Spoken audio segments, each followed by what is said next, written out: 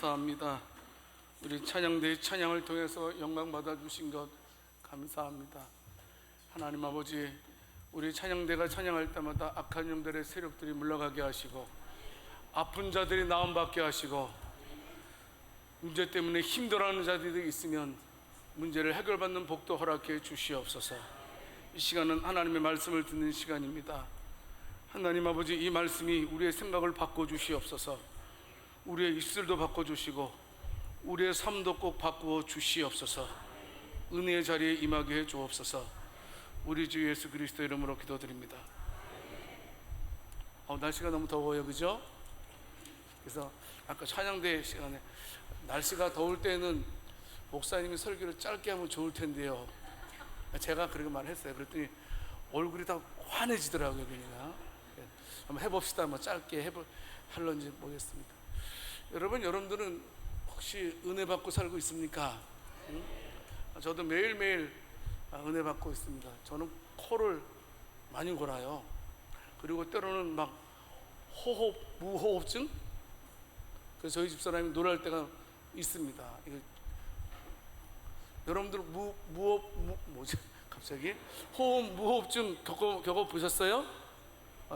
그래서 어릴 때는 막 깜짝 놀라서 저도 막 그래서 깨고 나면 아이고 하나님 고맙습니다, 감사합니다, 이것이 하나님의 은혜입니다, 이렇게 제가 이렇게 고백을 합니다. 여러분 혹시 길 가다가 차 운전하면서 가는데 지금 오른쪽 깜빡이고 들어가야 되는데 길이 꽉 막혀 있을 때 누가 양보해 주면 기분 좋아요, 안 좋아요? 저는 그것도 은혜라고 생각됩니다. 모든 것들이 사실 다 하나님의 은혜였습니다. 그래서 바울도 오늘 로마서 8장 12절 말씀을 통해서 우리에게 뭐라고 말씀하고 있냐면, 형제들아 우리가 다 은혜의 빚진 자로다 라고 말씀해 주고 있습니다. 물론 여기에서 은혜의 빚진 자라는 말은 구원과 밀접한 관계가 있는 말입니다. 우리가 구원받은 것이 얼마나 큰 은혜인지를 알고 있느냐 하는 것입니다. 성도 여러분, 자, 우리는 고백을 합니다. 매일매일. 예, 맞습니다. 하나님, 우리가 하나님의 은혜로 구원받았습니다 라고 말하지 않습니까? 그래도 우리가 믿기만 해서는 안 되고 우리의 삶 속에서 그 은혜를 매일매일 기억하면서 우리가 살아야 됩니다. 하지만 우리는 어떻습니까? 은혜를 잊어버리고 살아갈 때가 더 많이 있습니다. 그래서 은혜의 망각자라고 스스로 시인합니다.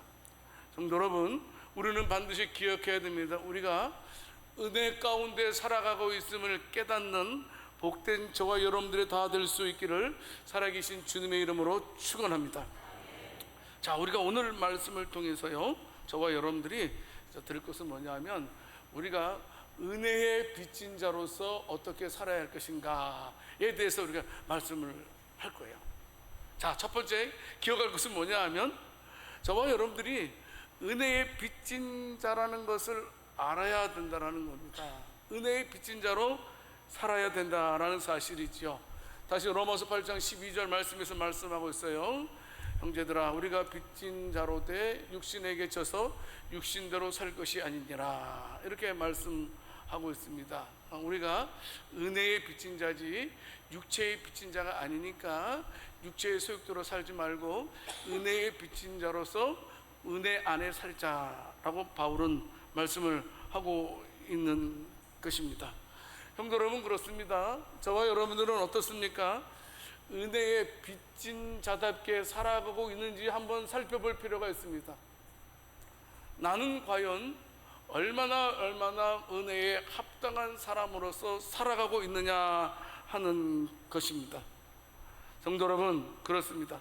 날마다 저와 여러분들은요, 어떻습니까? 그냥 의무적으로 나는 내가 뭐 그리스도인이니까, 내가 예수 믿는 사람이니까, 내가 양주 새순교회 교인이니까, 야 그래도 그냥 적당하게 살아야지, 그래도 살아야지 라고 하는 것보다는 날마다 받은 은혜를 기억하면서 그 은혜 가운데 충만함을 통해서 내 받은 은혜가 다른 사람에게까지 전가될 수 있는 은혜의 사람들이 될 수 있기를 살아계신 주님의 이름으로 축원합니다. 성도 여러분, 저와 여러분들은 말로 형용할 수 없는 은혜를 받은 자들입니다. 저와 여러분들은 하나님께서 당신의 독생자 예수 그리스도를 이 땅에 보내주셔서 십자가에 죽게 하심으로 저와 여러분들의 죄의 빚을 갚아주셨습니다. 죄의 삭은 사망인데 하나님께서 독생자 예수 그리스도를 이 땅에 보내주셔서 대신 죽게 함으로 우리가 죄의 종에서 해방되었다라는 사실입니다. 여러분, 우리가 아무리 평생 노력한다 할지라도 우리가 스스로 죄의 종에서 탈출할 수 없습니다. 죄의 빚을 다 갚을 수 없다라는 사실입니다. 그것을 알고 계신 하나님께서 저와 여러분들을 위해서 독생자 예수 그리스도를 통해서 참으로 그 빚을 갚아주신 줄을 믿으시기를 바랍니다. 여러분, 누가복음 15장에 보게 되면 여러 가지 비유가 있습니다만은 특별히 둘째 아들의 비유를 통해서 우리들의 모습을 깨닫게 됩니다. 둘째 아들이 아버지에게 말합니다. 아버지가 돌아가시면 내가 유산을 받을 텐데 그 유산을 미리 주세요. 근데 그 아버지가 어떻습니까? 보통 사람 같으면 이놈 혼낼 텐데 그렇지 않고 재산을 나누어서 둘째 아들에게 주게 됩니다.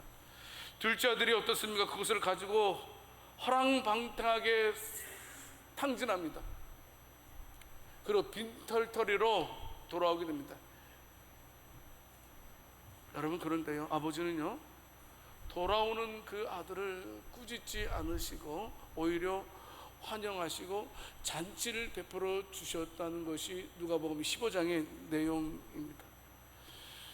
성도 여러분, 하나님께서 저와 여러분들을 구원하실 때에 저와 여러분들을 묻지 않으셨어요. 저와 여러분들을 조건 없이 용서해 주셨고 조건 없이 받아주신 하나님의 사랑을 잊지 않기를 원합니다. 우리는 이것을 항상 기억하고 살아야 됩니다.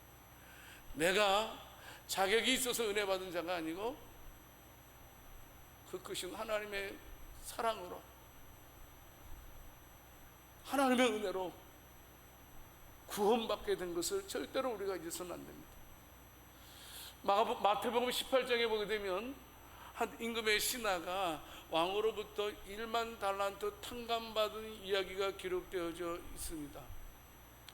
여러분, 1만 달란트는요 찾아보니까 33만 킬로그램입니다. 그리고 미국 달러로, 현 달러로 계산해 보니까 2억 3,100만 달러였습니다. 이걸 또 한국 돈으로 계산해 보니까 3천 약 100억 원 정도 됐습니다. 그런데 임금이 그 신하에게 그 엄청난 빚을 탕감해 줍니다. 자, 얼마나 기분 좋은지 모릅니다. 돌아오는 길에 자기에게 100데나리온 빚진 자를 만나게 됩니다. 여러분 같으면 어떻겠습니까? 내가 큰 빚을 탕감받았으니까 너 빚도 오늘부터 끝이야 이렇게 하겠어요, 안 하겠어요? 안 해요? 하죠. 그런데 이 사람은 우리의 예상을 뒤엎어버렸어요. 너 왜 돈 안 갚아? 100데나리온. 100데나리온은 작은 돈은 아닙니다. 장성이 어른이 일해서 100일 동안 일할 수 있는 품삯이니까 작은 돈은 아니지요. 하지만 엄청난 돈을 탕감받은 그 신하이기에 종의 친구의 빚도 탕감해 줄만 하는데 탕감해 주지 않았어요. 옥에 가둬 버렸어요. 근데 그 소식을 누가 들었어요? 임금이 듣게 되었어요. 임금이 불러가지고 그 이유를 묻고 그를 옥에 가두었다라는 내용이 마태복음 18장에 기록되어져 있습니다. 무슨 말입니까? 우리가 받은 그 큰 은혜를 기억하면서 다른 사람들에게 그 큰 은혜를 베풀면서 살아가는 것이 은혜에 합당한 생활이다라는 것을 가르쳐주고 있는 것입니다. 여러분, 요한복음 12장에 보게 되면 한 여인의 헌신에 대해서 기록되어져 있습니다. 그 여인이 예수님을 위해서 옥합을, 항유를 깨뜨리게 됩니다. 그 가격이 얼마라고요? 300데나리온이었습니다. 작은 돈은 아닙니다. 그리고 그것을 깨뜨려서 예수님 발 위에 붓습니다. 그리고 자신의 머리카락으로 그 발을 닦아 드립니다. 여러분 무슨 말씀입니까? 이 말씀은 마리아가 예수님이 받은 은혜가 얼마나 큰 것이었는지를 설명해 주고 있는 것입니다. 마리아는 자신이 받은 은혜가 너무나 크기에 내가 300데나리온의 항유를 깨뜨려서 예수님 발 위에 붓는 것도 하나도 아깝다고 생각지 않았던 것입니다. 받은 은혜를 생각한 마리아였습니다. 여러분 사도행전 9장에 보게 되면 바울의 이야기가 기록되어져 있습니다. 다메섹 도상으로 가는 도중에 부활하신 예수님을 만나게 됩니다. 그 전에 바울은 어떤 자였습니까? 예수 믿는 사람들을 잡아다가 감옥에 가두는 일이었습니다. 그런데 부활하신 예수님을 다메섹 도상에서 만남을 통해서 내가 이제까지 한 일이 얼마나 무서운 죄인지를 깨닫게 됩니다. 그리고 그런 나를 용서해 주시는 그 예수님의 모습을 보고 바울은 어떻습니까? 감동을 받게 됩니다. 나같이 큰 죄인이었음에도 불구하고 나 같은 자에게 은혜를 베풀어 주신 것에 대해서 감사하고 복음을 전하는 일에 전 생애를 헌신했던 바울의 모습을 우리는 너무나 잘 알고 있습니다. 성도 여러분, 이제는 우리가 받은 은혜를 기억해내야 됩니다. 우리는 너무나 쉽게 받은 은혜를 잊어버리지는 않습니까? 어른들이 이런 말을 했습니다. 은혜 받기는 어려워도 은혜 까먹기는 쉽다라는 말을 종종 들을 때가 있습니다. 여러분, 우리가 은혜를 지키는 일은 은혜를 기억하는 일입니다. 한번 생각해 보십시오. 내가 받은 은혜가 무엇인지 생각해 보십시오. 셀 수 없을 만큼 많은 은혜가 우리 가운데 임했음을 우리는 알게 될 것입니다. 성도 여러분, 이제는 우리가 은혜의 빚진 자라서 꼭 살아갈 수 있기를 원합니다. 내가 어떻게 하면 그 은혜를 갚을 수 있을까? 내가 어떻게 하면 그 은혜를 하나님께 돌려드릴 수 있을까? 이웃에게 돌려드릴 수 있을까? 은혜의 빚진 자로서 살아갈 수 있는 저와 여러분들이 될 수 있기를 살아계신 주님의 이름으로 축원합니다. 두 번째, 더 놀라운 것은 하나님께서는 저와 여러분들에게 은혜만 베풀어 주신 것이 아니었습니다. 자격 없는 저와 여러분들을 하나님께서 우리를 양자로 삼아 주셨다라는 사실입니다. 오늘 보면 로마서 8장 14절 말씀을 통해서 보게 되면 무릇 하나님의 영으로 인도함을 받는 사람은 곧 하나님의 아들이라 말씀하고 있습니다. 그러면서 로마서 8장 15절 말씀에서 성도들이 양자의 영을 받았으므로 하나님의 자녀로서 양자가 되었다라고 바울이 말씀을 하고 있는 것을 보게 됩니다. 이제 우리가 양자가 되어서 어떻습니까? 하나님을 아빠 아버지라고 서슴없이 부를 수 있게 되었다라는 사실입니다. 이전까지만 해도 하나님이 얼마나 무서웠는지 모릅니다. 우리가 죄를 범하면 하나님께서 죄의 대가로 책망하시고 벌 내리시고 형벌을 내리시는 그 하나님을 알고 있었습니다. 그런데 하나님을 만나고 나니까 우리가 참으로 양자가 됨으로 인하여서 이제는 우리는 무수하는 영을 가지고 있는 것이 아니고 하나님을 아빠 아버지라고 부를 수 있는 양자의 영을 소유하게 되었다는 사실입니다. 성도 여러분, 갈라디아서 3장 10절 말씀에서 바울은 이렇게 말합니다. 무릇 율법 행위에 속한 자들은 저주 아래 있나니. 율법은 여러분, 율법을 통해서 구원받지 못합니다. 율법을 통해서 알게 하는 것은 우리에게 저주가 있는 것을 알게 하는 것이 율법입니다. 곧 우리에게 필요한 것은 예수님이라는 것을 알게 하는 것이 율법이라고 여러 차례 말씀드렸습니다. 기록된 바 누구든지 율법책에 기록된 대로 모든 일을 항상 행하지 아니하는 자는 저주 아래 있는 자라 하였습니다. 그러니까 얼마나 두려움 속에서 살았겠느냐 하는 것입니다. 성도 여러분, 바울도 얼마나 충성된 자였습니까? 그렇게 충성된 자리에 있던 자였음에도 불구하고 그가 죄에 대해서 얼마나 고민했으면 로마서 7장 24절 말씀에 오호라 나는 공고한 사람이로다 이 사망의 몸에서 누가 나를 건져내라라고 고민까지 했겠습니까? 성도 여러분, 그런데 저와 여러분들에게 아빠 아버지라고 부를 수 있는 양자로 삼아 주셨다라는 사실입니다. 여러분, 로마 시대 때에 그 양자의 법이 굉장히 성행했다고 합니다. 자녀가 없는 귀족들이 다른 동료의 귀족으로부터 이제 자녀를 자기의 자녀로 이렇게 입양, 양자로 삼았다라는 사실입니다. 보통 같은 귀족의 자녀를 양자로 삼든지 아니면 자기가 데리고 있던 종들 가운데서 특별한 사람들을 양자로 받아들였다고 합니다. 양자로 받아들이는 순간 어떻습니까? 저는 귀족의 종이었지만 귀족의 아들로 거듭나게 되었다는 사실입니다. 법적으로 완전히 양자가 되게 했다라는 사실입니다. 그래서 그때 양자로 입장한 사람들은 어떻습니까? 옛 이름, 옛 성분으로 살아가지 않습니다. 이제부터는 이제 귀족의 이름으로 귀족의 아들로 살아가게 되고, 더 놀라운 것은 여러분 그 아버지의 재산의 상속권까지 받는 복을 누리게 되었던 것입니다. 여러분, 본래 저와 여러분들은 죄의 종이었습니다. 죄 가운데 살았습니다. 그렇지 않습니까? 그런데 독생자 예수 그리스도를 이 땅에 보내주심으로, 대신 십자가에 죽게 하심으로 저와 여러분들을 죄의 종에서 해방시켜 주신 줄을 믿으시기 바랍니다. 또 다른 말로 말하면 예수 그리스도께서 십자가에 죽으심으로 누구든지 예수를 믿는 자마다 양자가 되는 하나님의 아들이 되는 권세를 우리에게 허락해 주셨음을 믿으시기를 바랍니다. 이것만큼 더 큰 은혜와 더 큰 영광이 어디 있겠습니까? 로마의 초대 황제가 아우구스투스잖아요. 근데 이 로마의 초대 왕인 아우구스투스도 양자였습니다. 누구의 양자? 그 유명한 가이사. 여러분, 네로 황제 있죠? 네로 황제도 로마의 5대 황제였습니다.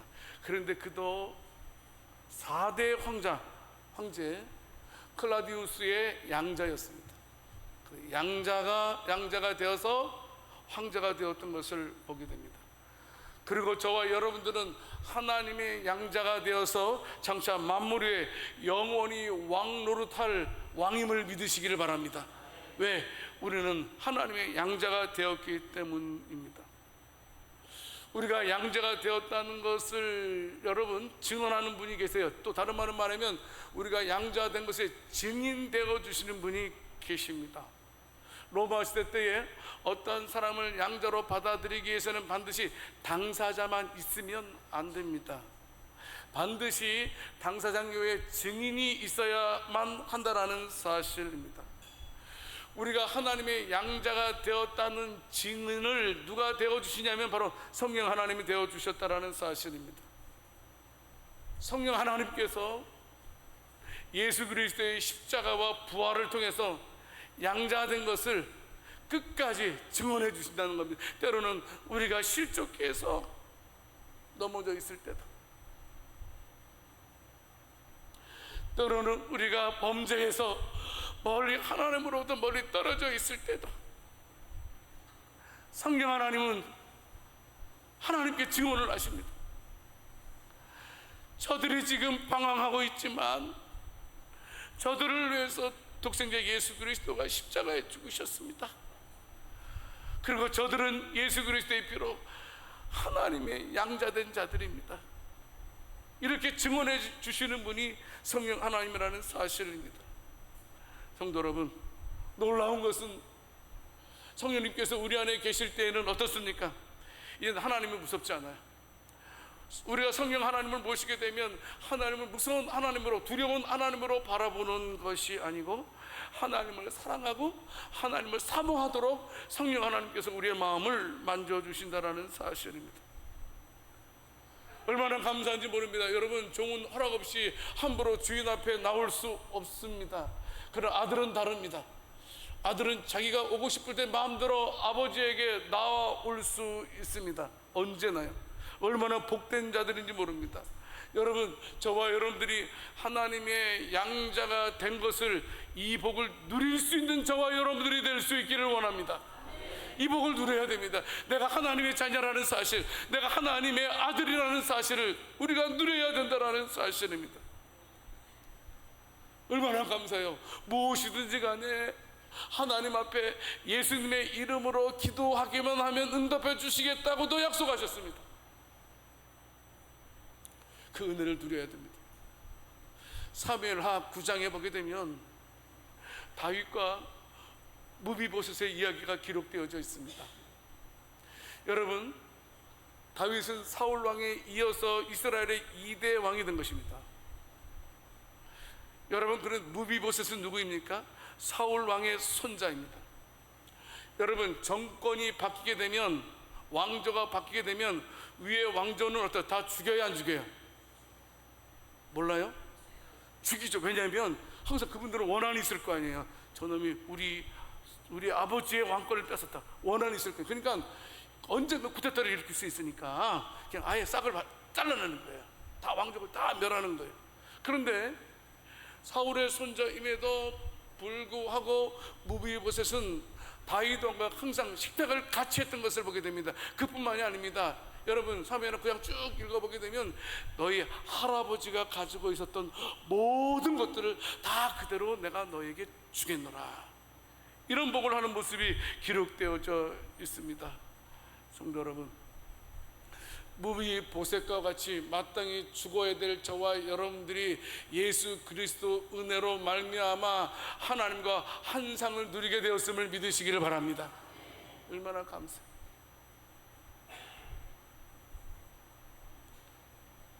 나 같은 자가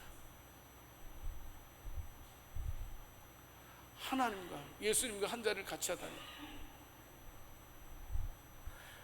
고린도후서 6장 18절 말씀에서 바울은 하나님의 말씀을 대언하게 됩니다. 너희에게 아버지가 되고 너희는 내게 자녀가 되리라. 전능하신 주의 말씀이니라 하셨느니라. 성도 여러분, 저와 여러분들에게 하나님의 양자로서 새로운 신분을 허락해 주셨습니다. 옆 사람에게 말씀하겠습니다.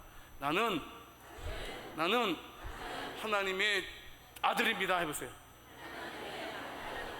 그냥 아들하기 싫으면 따라할 사람은 따라하세요. 나는 하나님의 자녀입니다. 무엇을? 예수 그리스도의 십자가로.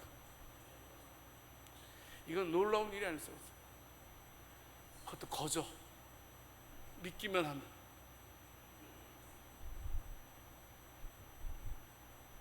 세 번째, 양제된 저와 여러분들을 끝까지 붙들어 주시는 분이 계신데, 그분이 누구냐? 성령님이라는 사실입니다. 여러분, 우리는 변덕이 심합니다. 여러분, 이런 경우 있지 않습니까? 새벽 기도 가다가 기도하고 돌아가면서 옆집 호박당하는 사람, 이런 얘기 들어봤잖아요. 큰 은혜 받고 옆집 호박당하고 말이에요. 이런 것, 이게 우리 인생이에요. 그게 큰 은혜 받았다고 막 하면서 바로 뒤돌아 써서 그냥 죄를 범하는 인생이 우리들인데, 그런 우리를 끝까지 붙들어 주시는 분이 누구다? 성령 하나님. 내가 잘나서 내 의지가 강해서 내가 심지가 견고해서 내가 끝까지 견뎌내는 것이 아니고, 로마서 8장 16절 말씀을 통해서 보게 되면 성령께서 하시는 일 가운데 가장 중요한 역 가운데 하나가 뭐냐 하면 끝까지 우리가 하나님의 자녀임을 증언해 주시는 것이다 라고 말씀해 주고 있습니다. 고린도후서 1장 22절 말씀을 통해서 사도 바울은 말하고 있습니다. 그는 하나님 또한 우리에게 인치시고 보증으로 우리의 마음에 누구를 주셨느니라? 성령을 주셨느니라. 성령을 주셨느니라. 여러분, 로마 사회에서 아까 양자의 삼을 때의 그것을 설명해 드렸습니다. 양자의 법을 기록한 서류에 귀족들은 반지 도장이 있어요. 반지 같은 도장이 있습니다. 거기서 끼고 있던 반지 도장으로 우리가 인감 찍는 것처럼 인감 도장 힘이 있잖아요. 그 위력을 가지고 있습니다. 그리고 양자된 자에게 자신이 끼고 있는 반지랑 똑같은 것을 만들어서 어떻습니까? 그것을 양자에게 끼워줍니다. 무슨 말씀이냐면 내 고난과 똑같이 내 아들에게 똑같이 양도한다는 말입니다. 내가 도장을 찍을 때 효력이 있는 것처럼 양자된 내 아들이 도장을 찍을 때에도 똑같은 효력이 있다, 권세를 허락해 주었다라는 사실입니다. 그 성령 하나님은 어떻습니까? 도장의 위력과 같이 우리를 끝까지 하나님 앞에서 보증해 주는 사람이라는 사실입니다. 근데 감사한 것은 성령 하나님은 우리를 보증만 해주는 것이 아니고 날마다 저와 여러분들이 하나님의 자녀라는 사실을 때로는 일깨워 주시더라고요. 저도 가끔 전도할 때 이렇게 합니다. 이렇게 기도합니다. 하나님, 제가 지금 전도를 하고 있는데요, 저 사람이 힘들 때 저 뚱뚱한 목사의 말을 생각나게 해달라고. 응? 아니 진짜 기도해. 하나님, 저 사람이 진짜 힘들 때 어느 뚱뚱한 사람이 예수님 믿으세요 하는 그 말이 딱 생각나게 해달라고. 제가 그렇게 기도하면서 전도해요. 여러분 마찬가지입니다. 우리 성령 하나님께서 순간순간마다 우리를 일깨워 주시고 우리를 증거해 주신다라는 사실입니다. 때로는 말씀을 통해서, 때로는 기도를 통해서 말씀입니다. 더더욱 놀라운 것은 고린도전서 2장 12절 말씀, 고린도전서 같이 한번 읽어보겠습니다. 시작. 우리가 세상의 영을 받지 아니하고 오직 하나님 영으로부터 온 영을 받았으니 이는 우리로 하여금 하나님께서 우리에게 은혜로 주신 것들을 알게 하려 하심이라. 아멘. 여러분, 우리가, 저와 여러분들이 죄로 실족해서 넘어져 있을 때 우리를 영원히 의롭다고 하신 하나님의 은혜를, 저와 여러분들의 죄가 이로 실족해 있을 때에 우리를 위해서 십자가에서 죄를 대속해 주신 예수님의 은혜를 다시 한번 생각나게 해 주시는 줄을 믿으시기 바랍니다. 그래서 어떤 면에서 내가 믿는 것이 아니고 성령께서 그때마다 믿게 해 주시는 거예요. 하나님 자녀 되게 해 주시는 거예요. 얼마나 감사한 일이 아닐 수가 없습니다. 성도 여러분, 로마서 8장 26절 말씀을 통해서 보게 되면 이럴 때도 있어요. 여러분 진짜 요새 교인 가운데 힘든 사람이 있어요. 그래서 그 힘들어지면요, 기도할 힘도 없어요. 기도할 힘도 없는 그런 지경에 빠져요. 혹시 그런 경험 해보셨어요? 해보셨을 겁니다. 근데 우리 그런 사람들에게 무조건 야, 이 사람아, 기도해 이렇게 말하면 안 돼요. 우리가 그런 사람이 있을 때는 어떻게 해요? 그런 사람들을 위해서 중보자가 되어줘야 돼요. 중보자가 돼야 돼요. 그런 사람을 위해서 더 애써서 더 많이 기도해 줘야 되는데, 여러분 로마서 8장 26절 말씀을 통해서 보게 되면 기도할 수 없는 우리에게 기도할 수 있도록 힘을 주시고 우리와 함께 같이 탄식해 주시면서 기도해 주시는 분이 바로 성령님이라는 사실입니다. 성도 여러분, 우리의 성령 하나님은 어떻게 하든지 간에 하나님에게 우리가 하나님의 자녀인 것을 보여주십니다. 때로는 어떤 것을 통해서요? 여러분, 자식은 부모를 닮게 되어 있습니다. 그래서 하나님의 성품인 성령의 9가지 열매를 성령님께서 우리에게 맺게 하십니다.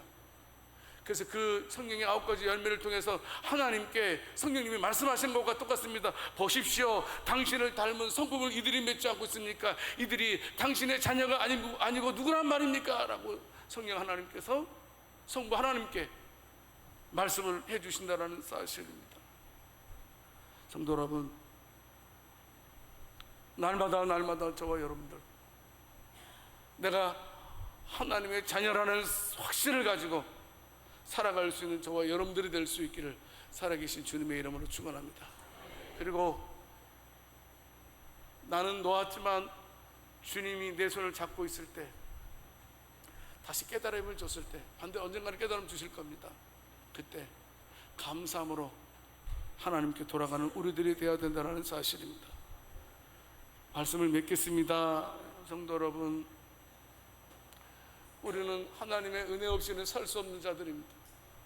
저는 하루에 한 번 이상 여러분들을 위해서 기도합니다. 우리 교인들을, 하나님 우리 교인들 보호해 주세요. 하나님 우리 교인들 은혜 주세요. 하나님 우리 교인들 평강 주세요 라고 하루에 한 번 이상 꼭 반드시 기도합니다. 그 은혜, 사실 우리는 은혜 가운데 살아가고 있는 자들입니다. 어떤 면에서 우리는 은혜에 빚진 자들입니다.